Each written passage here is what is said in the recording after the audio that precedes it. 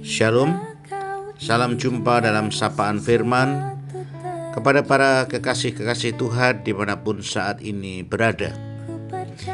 Di masa di mana kita dan seluruh dunia sedang menghadapi wabah dari pandemi corona, sebagai orang percaya, beranikah kita protes kepada Allah untuk mempertanyakan keadilannya dalam peristiwa ini?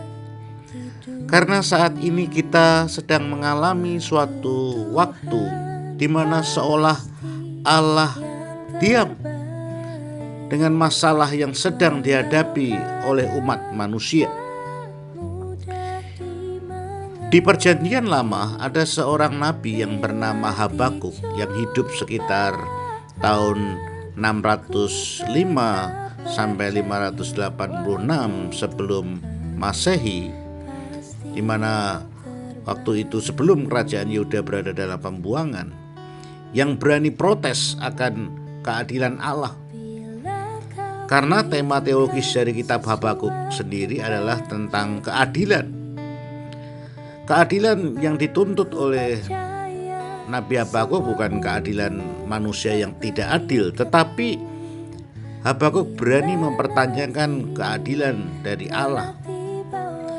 Di sana sang nabi tidak bisa memahami keadilan Allah, sehingga sang nabi ini dalam satu perdebatan dengan Allah yang terdapat di dalam Habakuk pasal 1 ayat 12 sampai pasal 2 ayat 4. Dalam kondisi yang sulit untuk dipahami inilah, para kekasih Tuhan, Habakuk sendiri sampai bingung, sehingga dia sempat dijuluki Nabi Bingung. Konteks di dalam pasal 1 ayat 2 sampai 4, ia bertanya kepada Allah, mengapa Allah seolah-olah diam ketika kejahatan merajalela dan orang fasik semakin bertambah banyak? Dan ketika Allah menjawab bahwa ia akan memakai bangsa Kasdim untuk menghukum umatnya yang berbuat jahat, Habakuk kembali bertanya kepada Allah di dalam pasal 1 ayat 12 sampai 17. Ia heran, mengapa Allah memakai bangsa yang sangat jahat untuk menghukum umatnya? Kejahatan bangsa Kasdim sendiri dijelaskan Habakuk di pasal 1 15 sampai 17. Di sana Habakuk benar-benar dalam kondisi kerohanian yang kritis. Para kekasih-kekasih Tuhan, mungkin ini juga banyak dirasakan oleh anak-anak Tuhan yang hidup dalam krisis rohani dari dampak corona yang tak kunjung mereda ini. Hidup di mana seolah-olah atau seakan-akan Tuhan diam. Itulah yang dirasakan Habakuk. Jadi, membicarakan masalah virus corona dalam kaitan dengan Allah, kitab Habakuk tentu mewakili protes kita dan kebingungan kita semua terhadap Allah, yang bahkan ada banyak anak-anak Tuhan yang sedang mengalami krisis rohani seperti yang pada waktu itu sempat dialami dan dirasakan oleh Habakuk sebagai seorang nabi Tuhan. Tetapi para kekasih-kekasih Tuhan, yang menarik yang kita akan belajar dari Nabi Habakuk adalah bagaimana kemudian Nabi Habakuk di pasal yang ketiga menunjukkan perjumpaannya dengan Allah, di mana kemudian ia menemukan Allah yang kembali berbicara, sekalipun seolah-olah berbicara dalam diam.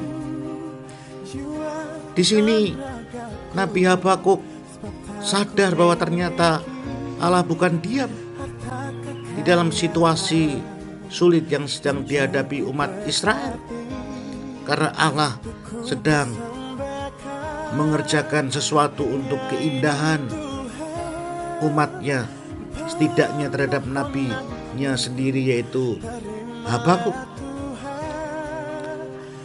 Lalu apa nasihat dari Nabi Habakuk yang sempat stres karena menganggap Allah diam saja dan sempat bingung ini?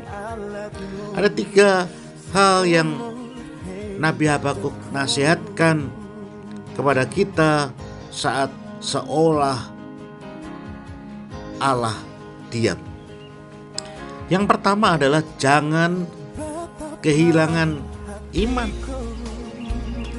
Sekalipun pohon ara tidak berbunga, pohon anggur tidak berbuah, hasil pohon zaitun mengecewakan, sekalipun ladang-ladang tidak menghasilkan bahan makanan, kambing domba terhalau dari kulungan, dan tidak ada lembu sapi dalam kandang. Habakuk pasal yang ketiga ayat yang ke-17.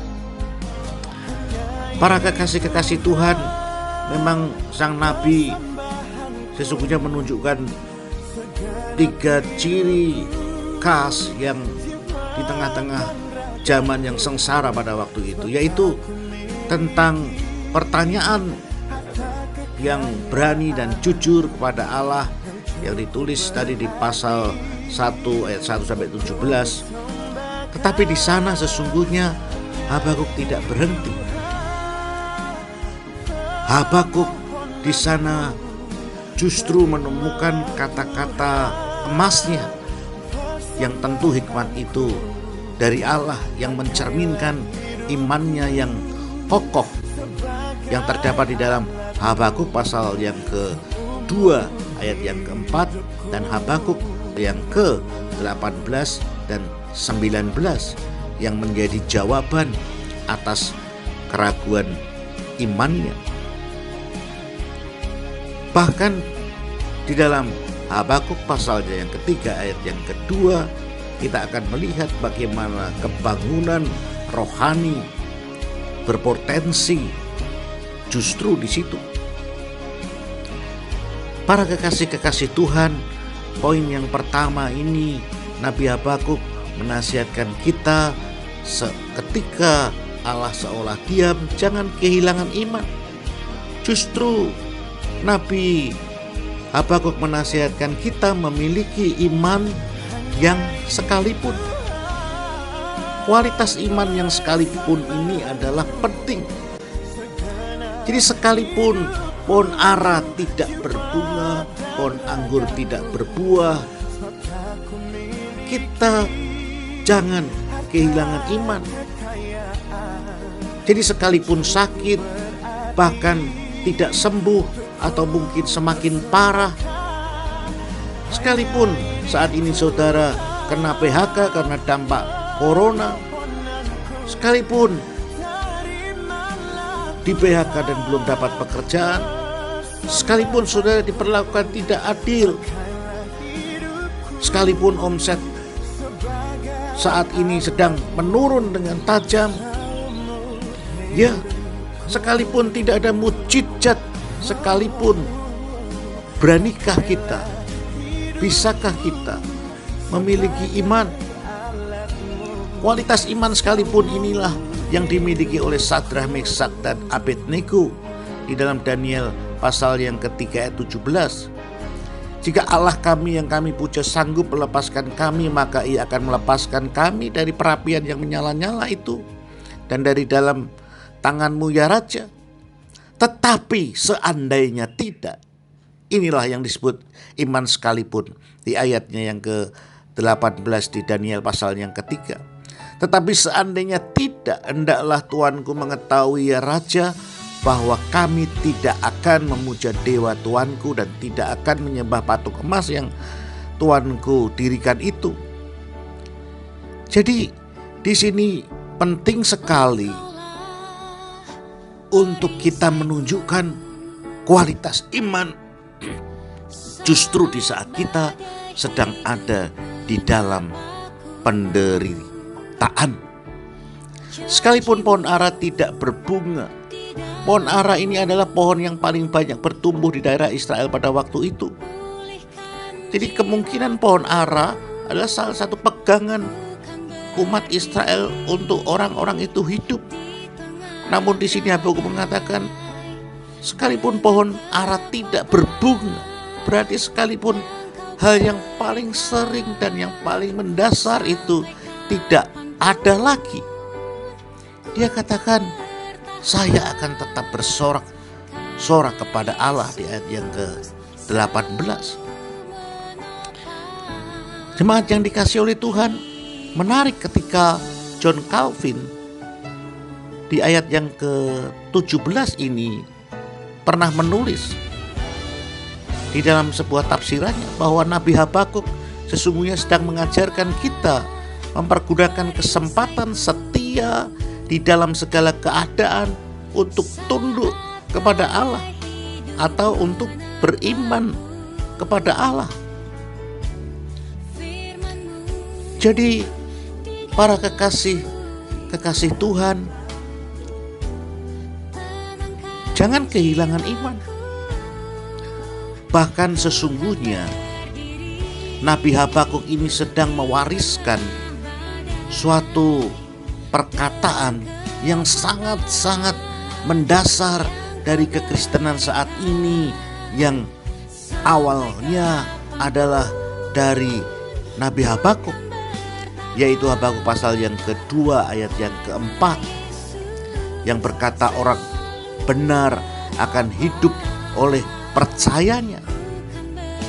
Iman inilah sesungguhnya yang kemudian berabad-abad selanjutnya oleh Rasul Paulus diviralkan di dalam Roma pasal 1 ayat 16 sampai 17, Roma 3 ayat 21 sampai 24. Bahkan kemudian seorang bapak gereja klasik bernama Agustinus dari Hippo yang hidup di tahun 354 sampai 430 kembali menggumuli perkataan itu dan mempertahankan amanat itu dengan mengatakan bahwa orang beriman diselamatkan hanya karena iman dan anugerah dalam Kristus, yang kemudian dipatenkan oleh Martin Luther ketika dia mengatakan, merumuskan ajaran kekristenannya sehingga itu menjadi ajaran yang khas di dalam soteriologi kita, ajaran tentang keselamatan, doktrin tentang keselamatan. Jadi jemaat yang dikasihi oleh Tuhan, jangan saudara kehilangan iman dalam kondisi yang sulit ini. Justru saudara dan saya di dalam masa corona ini sedang menghadapi sebuah penderitaan di mana kita sedang dalam ujian yang kiranya akan membuat kita semakin murni. Di pasal yang selanjutnya di ayat yang ke-18 dikatakan, namun aku akan bersorak-sorak di dalam Tuhan, beria-ria di dalam Allah yang menyelamatkan aku. Jadi yang kedua adalah jangan kehilangan sukacita. Habakuk mengatakan bahwa ia tetap mau bersorak-sorak kepada Allah.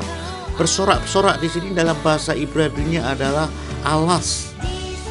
Artinya bukan hanya beria-ria dengan senyum dan dengan mata yang menangis untuk terus sedih. Bukan itu mirip orang-orang yang sebenarnya hanya menahan kekecewaan, memendam emosi secara psikologis. Tidak seperti itu. Dalam bahasa Ibrani-nya sorak-sorak yang ia katakan sampai melompat berbahagia. Artinya jangan kita kehilangan sukacita dalam kondisi saat ini. Di Oxford Bible Commentary di sana menarik menerjemahkan dari ayat ini. Di situ dikatakan Habakuk sudah belajar bagaimana hidup tanpa sebuah jawaban, dan atas hal itu dia tetap bersukacita. Kekasih-kekasih Tuhan, ini adalah satu pelajaran yang sangat sulit. Tetapi kita harus makan makanan yang keras ini. Kita bukan lagi anak-anak di dalam kekristenan kita. Kita harus bertumbuh dewasa. Di sini sesungguhnya Allah sedang mengajarkan bahwa supaya sukacita kita itu bukan dari dunia. Sukacita itu bukan yang benar, yang sejati itu bukan dari luar. Tetapi sesungguhnya sukacita yang sejati harus dari dalam, yaitu kita menemukan Allah itu sendiri sebagai sumber sukacita. Jadi poin yang kedua, jemaat yang dikasihi oleh Tuhan, jangan kehilangan sukacita ketika saudara dan saya sedang menghadapi masa-masa sulit karena dampak corona. Yang terakhir, yang ketiga, jangan kehilangan kekuatan. Ayatnya yang ke-19, Allah Tuhanku itu kekuatanku, yang membuat kakiku seperti kaki rusa. Ia membiarkan aku berjejak di bukitku. Artinya apa? Artinya sesungguhnya yang menarik di sini, mengapa Habakuk memakai kaki rusa? Sesungguhnya ini hal yang penting. Meskipun rusa itu bertubuh kecil gerakannya tetapi lincah. Dia ini hewan yang lebih cepat dari pemangsanya seperti hyena, macan tutul atau singa, macan ya. Rusa ini karena memiliki cara yang unik untuk meloloskan diri dari predator itu, yakni dengan berlari zigzag dan melompat tinggi ke udara. Jadi begitulah kelangsungan hidupnya sangat bergantung pada kakinya yang ramping namun kuat. Itulah yang diharapkan Tuhan oleh kita-kita ini. Kesulitan, penderitaan justru membuat kita semakin gesit dan semakin kokoh, bukan untuk sebaliknya. Bahkan jemaat yang dikasihi oleh Tuhan, kekasih-kekasih Tuhan, kaki rusa ini juga kaki yang kuat karena dia ada di medan hutan yang kasar, bahkan berbukit-bukit. Ia mampu berlari cepat meski tanah yang diinjaknya tidaklah bagus. Nah, jadi betapa luar biasanya kaki rusa ini. Jadi Bapak Ibu jemaat yang dikasihi oleh Tuhan, menghadapi saat di mana seolah Allah diam, kebenaran firman Tuhan kiranya menjadi kekuatan bagi kita. Dan nasihat hambanya, yaitu Nabi Habakuk yang pernah mengalami masa-masa sulit itu, menasihatkan kepada kita saat ini, jangan kehilangan iman, jangan kehilangan sukacita, dan jangan kehilangan kekuatan. Kiranya kebenaran firman Tuhan memberkati kasih-kasih Tuhan dimanapun berada.